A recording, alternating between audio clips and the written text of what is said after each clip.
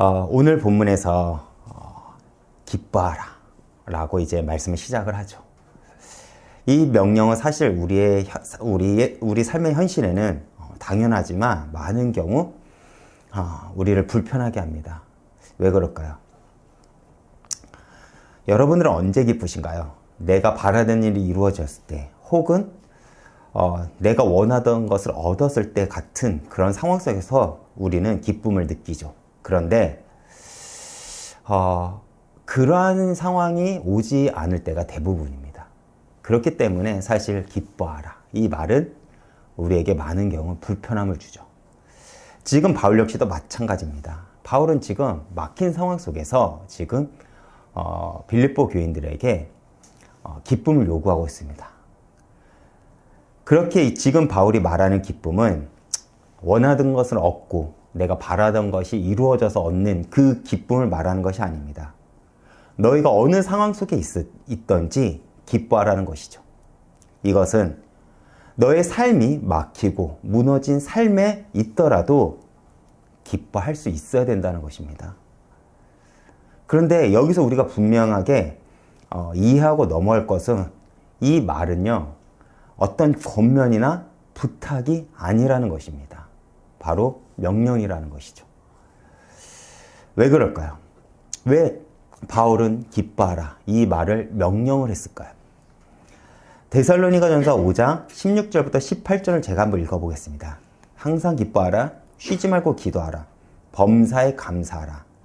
이것이 그리스도 예수 안에서 너희를 향하신 하나님의 뜻이니라. 아멘. 우리는 하나님의 뜻을 알기 원하죠. 그리고 성경은 항상 기뻐하는 것, 쉬지 말고 기도하는 것, 그리고 범사에 감사하는 것, 이 세 가지를 가리켜 성도를 향하신 하나님의 뜻이라 분명히 기록을 합니다. 그렇게 바울은 빌립보 성도들에게, 그리고 더 나아가 성경을 읽고 예수를 믿는 모든 성도들에게 기쁨을 요구하는 것은 바로 그 기쁨이 하나님의 뜻이기에 명령을 하고 있는 것입니다. 그런데 여러분, 기쁨이 명령이라고 해서 억지로 하려고 해서 생겨나나요? 그렇지 않죠. 분명 빌립보에서 말한 기쁨은 명령이지만 바울이 그 기쁨을 쓴 이유는 또 있습니다. 그것은 무엇이냐면 그 기쁨의 주도권은 우리가 아닌 하나님에게 있기 때문에 그렇습니다. 이게 무슨 말일까요? 분명 하나님은 믿는 모든 성도들에게 당신의 뜻을 분명하게 요구했습니다. 그런데 사실 죄로 무너진 인간은 그 존재가 참된 기쁨을 얻을 수 없는 존재입니다. 그렇죠. 인간들이 착각하는 것 중 하나가 뭐냐면 행복을 안다는 거예요. 그런데 죄로 타락한 모든 인간은 무엇이 행복인지, 무엇이 참된 기쁨인지 그 본질을 잃어버렸기 때문에 우리는 그 기쁨, 그 참된 행복을 알지 못합니다. 그리고 하나님은 이 사실을 분명하게 아시죠. 그렇기에 이 명령은 마치 모순된 것처럼 우리에게 보이기도 합니다. 그리고 성경은 이와 비슷한 명령이 또 있죠. 하나님은 당신의 백성들에게, 그리고 성도들에게 요구한 그 성품은 무엇인가요? 바로 거룩입니다. 내가 거룩하니 너희도 거룩하라. 여러분, 그런데 거룩은 하나님의 고유한 성품입니다. 그런데 그 하나님의 고유한 성품을 하나님은요, 성도들에게, 그리고 당신의 백성들에게 요구하고 있죠. 이것은 인간이 가질 수 없는 성품인데도 불구하고 하나님은 우리들에게 요구하고 있는 것입니다. 그렇다면 이것은 무엇을 의미할까요? 내가 반드시 너희를 거룩한 존재로 만들겠다는 것입니다. 그렇기에 너희는 나를 믿고 따르라는 거예요. 즉, 너희가 거룩한 존재가 되는 것은 나에게 붙어 있을 때만이 가능하기에 너희는 나에게 붙어 있으라, 나를 따르라는 그 말을 하기 위해서 내가 거룩하니 너희도 거룩하라는 그 명령을 하는 것입니다. 기뻐하라는 명령 역시도 마찬가지겠죠. 이 명령 역시 주도권은 하나님에게 있습니다. 그렇기에 기쁨을 요구하는 명령은 이런 의미를 가지죠. 내가 나를 믿는 너희들을 반드시 그 궁극적인 기쁨의 자리로 내가 끌고 갈 것이다. 그리고 이 말은 바울 사도는 수식어로 항상 기뻐하라고 이야기를 하고 있는 것입니다. 즉, 이 바울 속의 참 의미는 기쁨이 없는데 억지로 기뻐해라는 의미가 아니죠. 만약에 그렇다면 그것은 종교에 불과합니다. 왜 그렇죠? 내 열심이 있잖아요. 내 노력이 있고 나의 수고가 있기 때문에 내가 그렇게 했기 때문에 복을 받는 게 당연합니다. 근데 복음은 그렇지 않죠. 복음의 시작은 뭐냐면 우리는 전적으로 타락했습니다. 그래서 우리는 하나님이 필요합니다. 여기서부터 우리는 시작돼야 됩니다. 그렇기에 내가 그런 너희를 어둠의 자리에서 불러내어 피로 값주고 산 이상은 반드시 너희들이 마지막에 도달해야 할 궁극적인 목적지가 되는 그 기쁨의 자리로 반드시 인도할 것이다 라는 것입니다. 그런 하나님의 다짐이라는 것이죠. 그렇게 하나님 쪽에서 그 기쁨의 주도권을 가지고 있고, 그래서 나는 그 모든 열심과 힘을 다해 너희를 반드시 기쁨의 자리로 인도하겠다는 의미에서의 발언이라는 것이죠. 이렇듯 성경에서 우리에게 말한 그러한 명령은 그 문자적인, 그 1차적인 의미 이전에 하나님의 계획과 성품에 근거한 의미가 우선적 가치임을 우리가 알아야 된다는 것이죠. 그때 우리는 하나님의 위로를 경험하고 하나님의 일하심을 경험하며 하나님의 그 치유를 우리가 경험할 수 있는 것입니다. 그렇게 항상 기뻐하라 이 말 역시 내가 너희들을 반드시 그 기쁨의 목적지까지 끌고 갈 것이며 더 나아가 내가 그 자리까지 가는데 내가 함께 할 것이라는 하나님의 의지요 열심의 내용이 있다는 것입니다. 여러분, 그럼에도 성경은 하나님이 하실 것이다 라고 말하면 편한데 왜 우리에게 명령으로 기록했을까요? 너희가 어떤 자세와 태도를 가지고 하나님께 서 있느냐를 묻고 싶은 것입니다. 이 말을 했을 때 두 부류가 나뉘겠죠. 내 마음의 중심이 하나님께 있는 자는 그 명령을 듣고 순종함으로 더 하나님께 붙을 것이지만 그 명령을 듣고 불편한 자는 떠날 것입니다. 그렇죠. 그렇기에 이 명령을 함으로써 너희의 마음의 중심이 어디 있는지를 보고 싶은 것입니다. 성경은 우리의 마음의 중심을 항상 중요하게 보고 있죠. 그 대표적인 예가 무엇입니까? 예수님께서 말씀하신 4가지 땅에 떨어진 씨의 비유입니다. 우리가 잘 알고 있듯이 4가지 땅은요, 사람의 마음을 비유한 것이죠. 그리고 4가지 땅에는요, 공통적으로 씨, 즉 그리스도의 복음이 뿌려지고 있습니다. 그러나 좋은 땅에서만 열매를 맺고 나머지 3가지 땅에서는 열매를 결국에는 맺지 못하죠. 왜 그렇습니까? 복음은 똑같이 뿌려집니다. 그리고 그 수고를 하는 농부의 열심도 똑같죠. 즉 복음은 중심 있는 자들만 받아들인다는 것입니다. 그렇다면 내가 좋은 땅이 되었다면 그 땅의 노력으로 열매를 맺는 것이 아닌 농부의 수고와 열심으로 이제는 열매를 맺게 됩니다.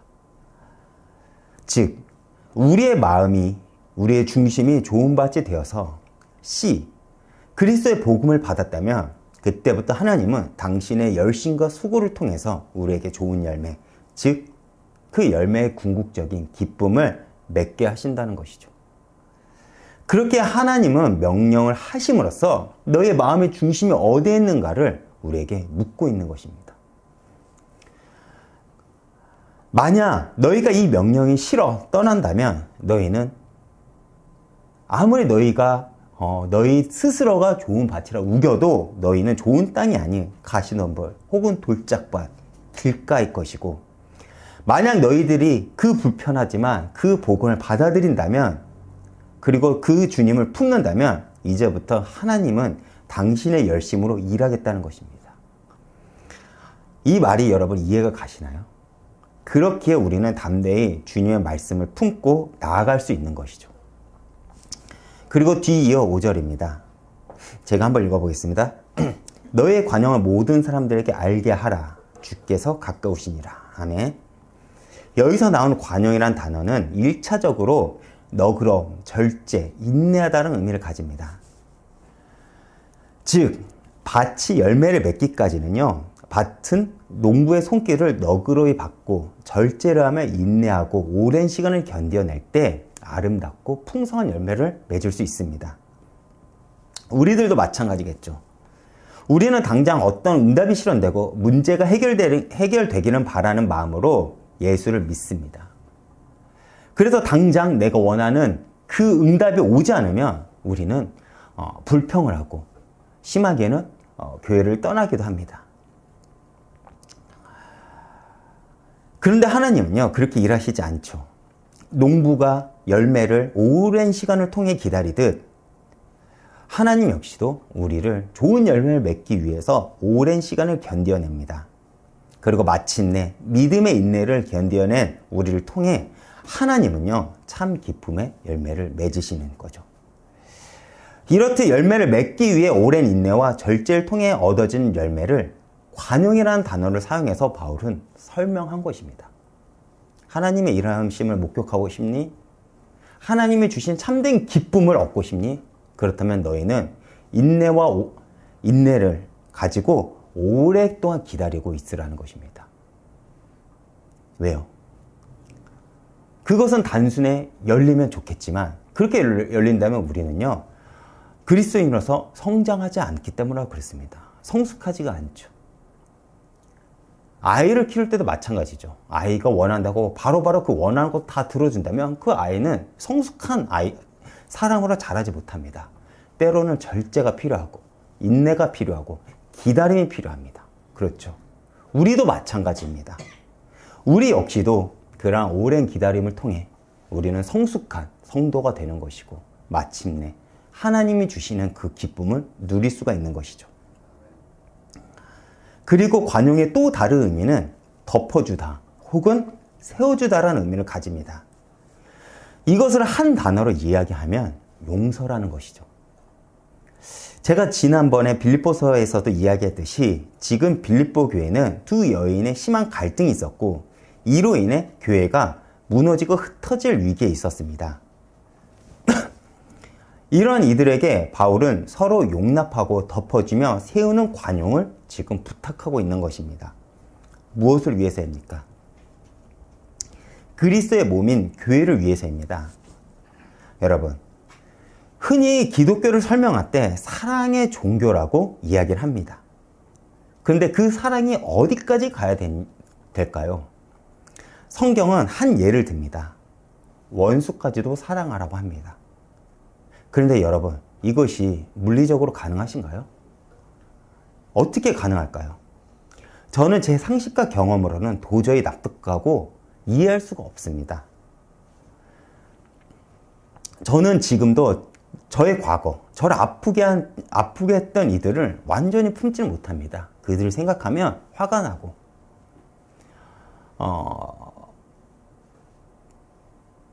그렇습니다.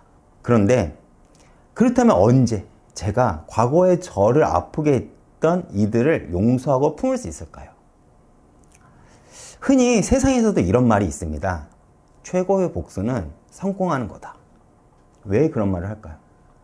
성공을 하면 그 상대를 넉넉히 용서할 수 있기 때문에 그렇습니다. 즉, 내가 경험한 아픔보다 현재 내가 얻고 있는 기쁨이 크면 그 상대를 넉넉히 용서할 수 있다는 거예요. 즉, 우리의 용서 역시 내가 주도권을 가지는 것이 아닌 내가 너희에게 그 아픔을 넘을 그 기쁨을 줄 것이니 너희는 그 기쁨을 근원으로 삼아 용서의 자리까지 가라는 것입니다. 억지로 용서라는 게 아니에요. 내가 너가 용서할 수 있을 만한 그 기쁨을 내가 너한테 줄 거라는 것입니다. 그것을 너가 근원으로 삼는다면 너희는 나를 아프게 했던, 나를 힘들게 했던 그 사람들을 용서할 수 있다는 것입니다. 그리고 그 기쁨을 근원으로 삼아 서로의 허물을 덮어주고 세워주라는 것이죠. 그리고 이러한 관용을 사람들이 알게 하라고 합니다.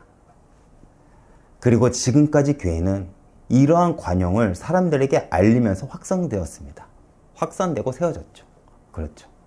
우리가 들었던 초대교회, 그리고 복음의 증거가 됐던 그 순간순간마다 교회의 역할은 서로 미워하고 싸우고 분열하고 갈등한 것이 아닌 용서하고 덮고 세워주면서 복음이 우리들한테까지 전해졌습니다. 그렇지 않습니까? 그런데 문제는 무엇입니까? 오늘날 교회가 무너지고 있습니다. 그 이유는 무엇일까요? 서로 용서하고 덮어주며 세워주는 그 관용이 어느덧 교회 안에서 사라졌기 때문에 그렇습니다. 교회는 어느덧 다른 가치가 들어오기 시작합니다. 오늘날 성도들이 얻고자 하는 기쁨의 모습은 무엇입니까? 세상이 요구하는 것처럼 성공주의, 그리고 쾌락주의, 이기적인 가치들로 우리는 기쁨을 얻으려고 합니다. 그렇게 성도들은요, 교회의 그 응답, 함께 기도하면서 서로 세우는 것이 아닌 온전히 내 개인의 응답에만 우리는 늘 관심이 있습니다. 그러나 정작 복음의 참 열매인 이 관용에는 오늘날 많은 성도들은 관심이 없죠. 그러나 성도가 가져야 될 당연한 태도는 무엇인지 아십니까? 주님께서 오실 때 내가 할 말을 만드는 것입니다. 하나님, 저는 당신의 이름 때문에 악을 악으로 갚지 않고 선으로 갚았습니다. 하나님, 당신이 주신 그 기쁨이 너무 크기에 당신의 몸된 교회를 세우기 위해 나는 양보하고 헌신했습니다.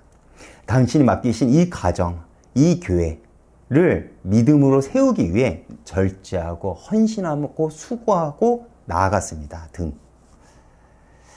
오늘날 교회에서 다시 회복해야 될 그 복음의 열매는 이러한 관용이 아닐까요? 그런데 문제는 무엇입니까? 내가 의도하던 의도하지 않던 삶의 문제와 염려는 멈추지 않고 나를 덮쳐온다는 것입니다. 그렇다면 우리는 왜 염려를 하는 것일까요? 겁나기 때문에 그렇습니다. 우리는 살아가면서 상황이 겁나고 사람이 겁이 납니다. 그렇죠. 저도 제 인생이 왜 이렇게 불안하고 염려가 있는지를 생각해 보니 결국 미래에 대한 겁이 많기 때문에 그런 것 같습니다. 요즘 난무한비 때문에 많이들 불안해 하시죠. 왜요? 그 이후에 다가올 그 비용이 겁이 나기 때문에. 이럴 때 우리의 인생은 그 불안한 삶이 너무나도 겁이 납니다.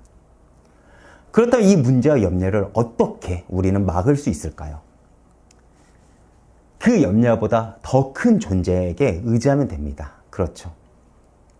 그래서 우리는 하나님께 기도하는 것입니다.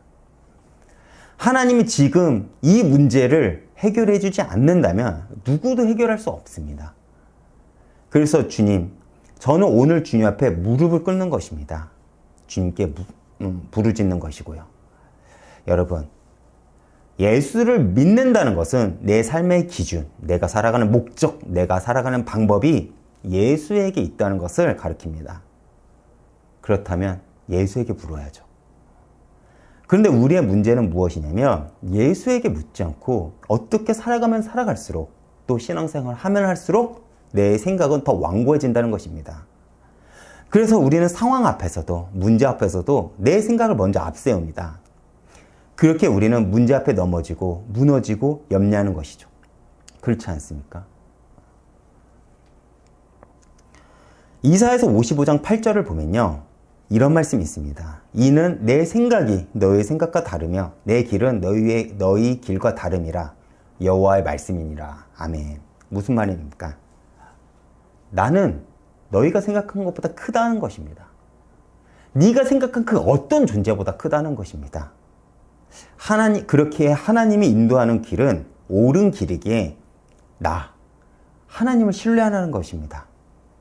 그리고 그 신뢰하는 가장 궁극적인 방법, 그것이 바로 기도라는 것이죠.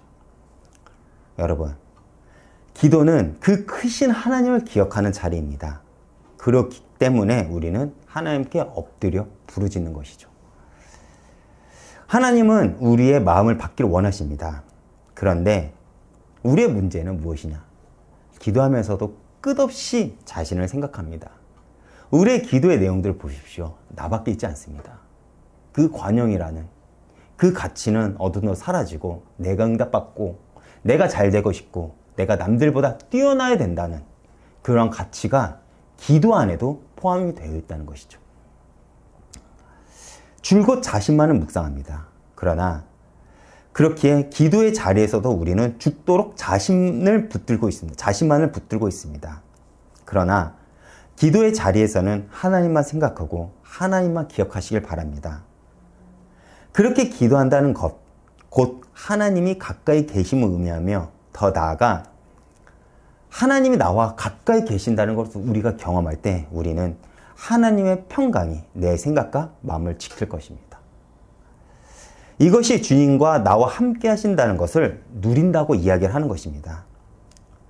여러분, 예수를 믿더라도 넘어져도 됩니다. 낙심해도 돼요. 좌절해도 됩니다. 그런데 낙심되고 넘어지고 좌절했다고 해서 기도를 하지 않으면 안 됩니다. 왜요? 기도를 해야 하나님의 일하심을 경험하며 하나님의 일하심을 통해 그 평강이 내게 임하고 나의 생각과 마음을 지킬 수 있기 때문에 그렇습니다. 어떻게 저 사람은 저 문제 속에서도 버텼지? 이러한 세상의 시선 속에서 우리의 대답은 무엇이 되어야 됩니까? 기도하면서 버텼지.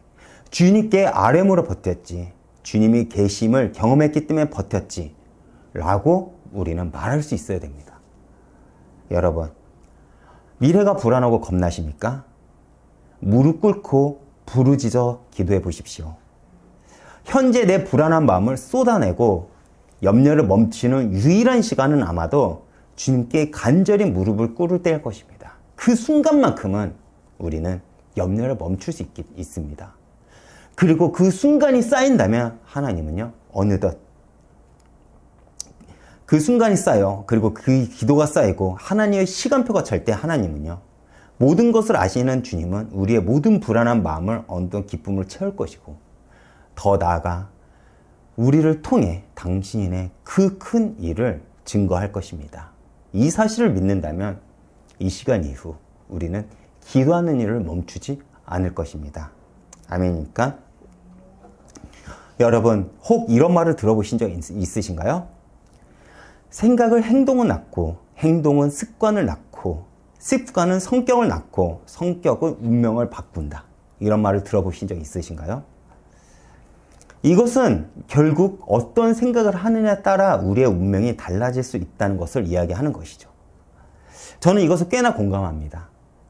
제가 사람들을 만나면 어떤 이들은 지금이 상황이 좋지 않더라도 결국 이 사람은 그 어려움을 이겨내고 잘 될 것 같은 사람이 있는가 반면 어떤 사람은 앞으로도 계속 걱정되는 사람이 있어요. 그 차이가 뭘까요? 바로 생각입니다. 한 예를 들어보겠습니다. 제가 간절히 살을 빼고 싶다고 생각을 해보십시오. 이건 저의 예입니다. 제가 겪은 상황이라서 예를 들 수 있을 것 같습니다. 제가 한 20여 년 동안 살이 꽤 많았어요. 그래서 계속 살을 빼고 싶었는데 어느 날 이런 생각을 했습니다. 내가 언제까지 맨날 저렇게 큰 옷만 입어야지 라는 생각이 들었어요. 그러다 보니까 간절히 살을 빼고 싶다는 생각을 해보니까 운동을 하게 됐죠.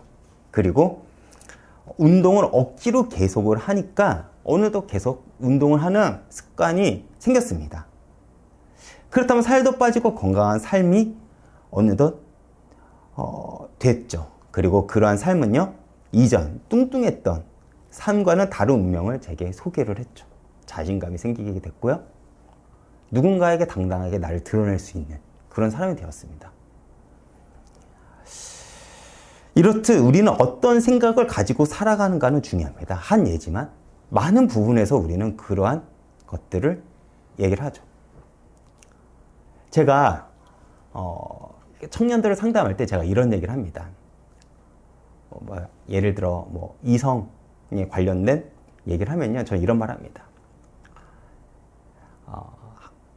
하고 후회하고 나는 안 하고 후회하느니 하고 후회하는 게 낫겠다. 먼저 한번 해보고 아니면 말지가 제일 좋은 것 같다 라고 저는 얘기를 합니다. 왜 그렇습니까? 결국 내가 어떤 생각을 가지고 있느냐가 결국 내 운명과 태도를 바꿀 수 있기 때문에 그렇습니다. 이럴 때 우리는 어떤 생각을 가지고 살아가는가는 중요하죠. 그런데 오늘 본문 8절에는 성경은 우리가 무슨 생각을 하면서 살아가야 될지 그 내용에 대해서 이야기를 해줍니다. 제가 한번 읽어보겠습니다. 끝으로 형제들아, 무엇이든지 참되며 무엇이든지 경건하며 무엇에든지 옳으며 무엇에든지 정결하며 무엇에든지 사랑받을 만하며 무엇에든지 칭찬받을 만하며 무슨 덕이든지 무슨 기름이든지 이것들을 생각하라. 아멘. 참된 것, 경건한 것, 옳은 것, 정결한 것, 사랑받을 만한 것, 칭찬받을 만한 것, 이렇게 총 6가지를 언제든지 생각하라고 성경 우리에게 권면을 합니다. 이것을 각각 짧게 설명하면 참되다, 먼저 참되다 이 말은요, 생각이나 말 그리고 행위를 포함한 모든 삶의 측면에서 진리를 쫓으라는 것입니다. 즉 세상의 소리에 흔들리지 말고 날마다 복음을 앙망하는 삶을 살라는 것이죠. 그리고 두 번째 경건하면은 너희의 정신을, 너희의 삶을 값싸고 천박한 그 세상한 것에 두지 말고 고상하고 선한 가치를 지닌 것을 추구하면서 살라는 것입니다. 이 말을 좀 더 직설적이고 쉽게 표현하면요, 예수 믿는 자답게 성도로서 그 권위와 명예를 지키며 살라는 거예요. 그리고 세 번째 옳으면은 하나님과 그리고 사람 관계 그리고 개인의 관계에서 옳게 살라는 것입니다. 즉 그렇게 하나님께 옳다고 인정받는 삶을 살라는 것이죠. 그리고 네 번째 정결하면은 삶의 모든 영역에서 순전한 마음으로 예수 그리스도를 동기로 삼아 살아가라는 것입니다. 그리고 다섯 번째 사랑받을 만하면은 사랑과 하나님을 기쁘게 하는 행위를 가리키며 칭찬받을 만하면은 가장 고상한 가치가 되는 그리스도인다운 그 삶을 살라는 것입니다. 성경은 각각 6가지를 짧게 설명했지만 이것을 한 단어로 이야기할 수 있습니다. 그것이 무엇입니까? 바로 예수님의 성품입니다. 공동번역 성경에서는 이 생각하라는 이 단어를요, 마음속에 품으십시오라고 번역을 했습니다. 바울은 빌립보 교인들에게 이 예수님의 성품을 마음속에 품고 살라고 지금 권면하고 있는 것입니다. 여러분, 지금 빌립보 교회는 외부의 핍박과 내부의 분쟁에 휩싸여 있습니다. 그러나 바울은 빌립보 교인들이 자신들을 핍박하는 사람들이나 교회 내 서로를 향한 갈등에 대한 분노로 살기를 원하지 않았습니다. 왜 그렇습니까? 그 증오와 복수심에 사로잡혀 자신을 부수며 복음의 가치를 잃어버려 자신들이 누구인지 모른 채로 살지 않길 바라서입니다. 그렇기에 위에서 열거한 예수님의 성품에 생각을 집중하고 그것을 마음에 품고 살라고 권면하는 것이죠. 이것은 상대를 위한 것이 아닌 결국 나를 위한 것입니다. 오늘 우리는 무엇을 계산하고 무엇을 위해 여러분들은 살아가십니까? 여러분, 이런 말이 있죠. 생각하는 대로 살지 않으면 결국 사는 대로 생각하게 된다. 인간과 동물이, 짐승이 다른 차이가 무엇인가요? 인간은 생각할 수 있다는 것입니다.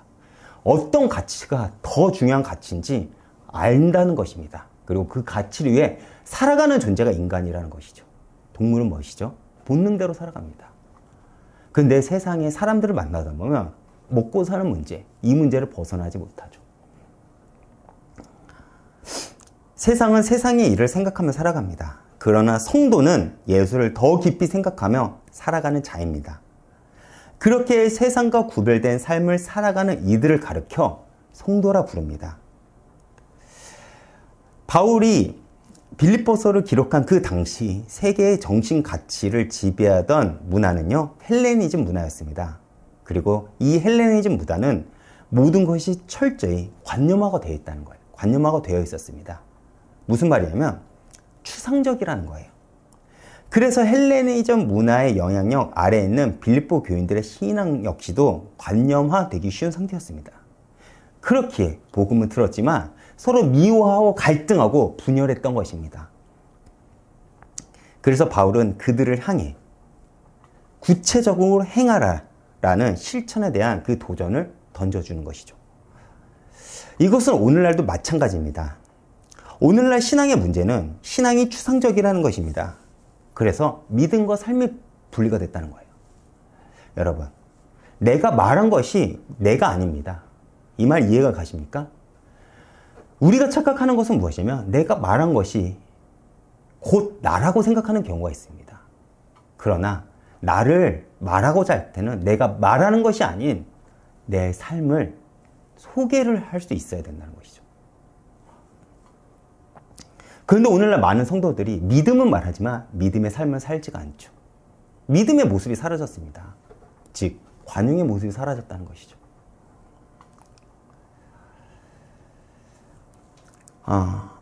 그런데 바울은 오늘 성경에서 그냥 행하라고 있지 않죠. 자신의 삶 전체를 빌립보 교인들에게 본보기로 제공합니다. 복음을 위해서 살아간 자신에게 배우고 받고 듣고 보았던 그 그리스도의 고상한 가치들과 덕목적으로 행하라고 말하고 있는 것입니다.